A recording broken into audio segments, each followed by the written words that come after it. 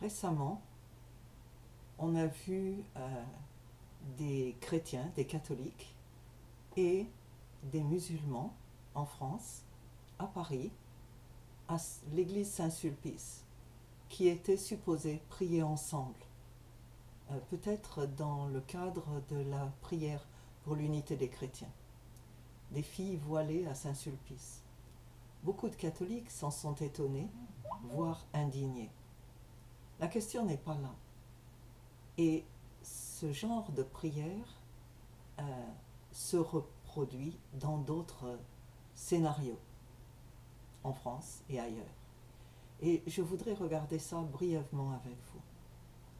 Nous savons qu'en tant que chrétiens, que nous soyons catholiques ou protestants ou orthodoxes, quand nous prions le Père au nom de Jésus. Parce que toutes les prières des chrétiens passent par Jésus. Jésus a dit « Je suis le chemin, la vérité et la vie, et nul ne vient au Père que par moi. » Et par conséquent, on ne peut pas prier le Père si on ne passe pas par Jésus. C'est Jésus qui est le chemin, la vérité et la vie. C'est lui qui a ouvert la porte. Maintenant, un certain nombre de gens, probablement poussés par l'ignorance, décident de prier avec des gens qui se proclament croyants d'une autre confession. Maintenant, regardons l'affaire. Les musulmans ne croient pas en Jésus autrement qu'un des prophètes, qui est d'ailleurs pour eux bien plus petit que Mohammed. Et ils ne croient pas non plus que Jésus a été crucifié, ou qu'il est ressuscité, ou qu'il est venu sauver l'humanité. Pour eux, ce n'est pas dans leur croyance. En fait, ils parlent contre ça dans le Coran. Les autres croyants, quels qu'ils soient, par exemple les hindous, ne croient pas en Jésus. Ils ne croient pas non plus d'ailleurs au Dieu des chrétiens, puisque dans leur système, il y a un panthéon. Donc, vous allez prier avec des gens qui ne croient pas la même chose que vous, au prétexte que toutes les religions prient le même Dieu, comme on dira que tous les chemins mènent à Rome, ce qui bien sûr n'est pas vrai, tout le monde le sait. Et je voudrais vous encourager à étudier. Étudier les Écritures, le livre qui est le manuel de votre confession. Si vous êtes chrétien, lisez la Bible. Pas juste des petites bribes de Bible le dimanche ou dans votre missel. Ouvrez la Bible à la Genèse et finissez à l'Apocalypse. J'ai découvert la Bible à 16 ans et je l'ai lue et je l'ai relue et je continue à la relire et à étudier pour savoir ce que Dieu dit dans sa parole. Bien sûr, il se révèle à nous également par son esprit tous les jours, mais sa parole est le socle de notre foi. La Bible toute seule, rien que la Bible, toute la Bible.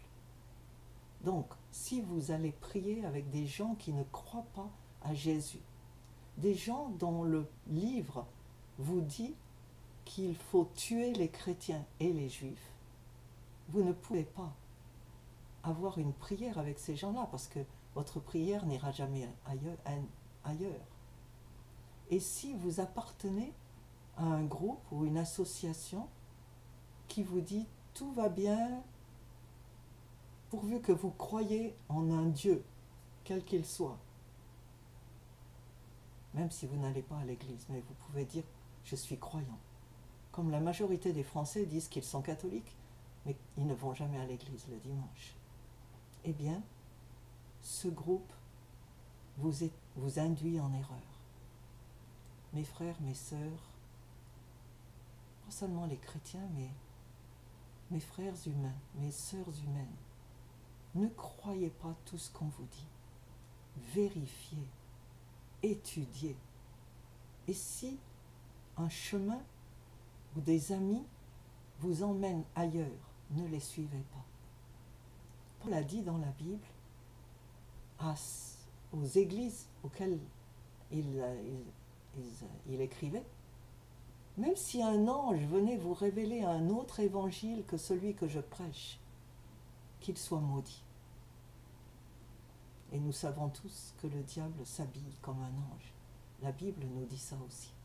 Donc ne croyez pas tout ce qu'on vous dit, et en tout cas, ne priez jamais avec quelqu'un qui n'a pas la même croyance que vous.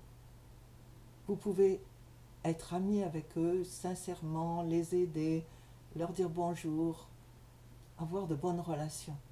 Mais quant à la prière, non. On ne peut prier que si on est tous en accord.